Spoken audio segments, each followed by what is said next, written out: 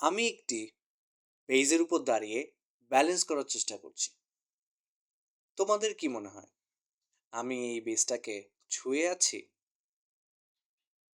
আসলে না। আমি, তুমি বা পৃথিবীর কেউই আসলে কখনো কিছু স্পর্শ করি না।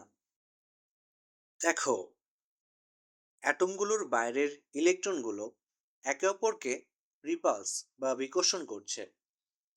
ঠিক যেমন চুম্বকের উত্তর মেরু উত্তর মেরুকে ধাক্কা দেয়।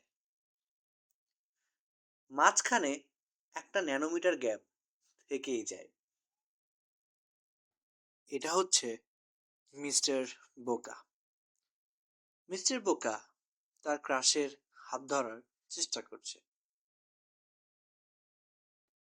কিন্তু ফিজিক্স বলছে টেকনিক্যালি তুমি তো হাত ধরো নাই।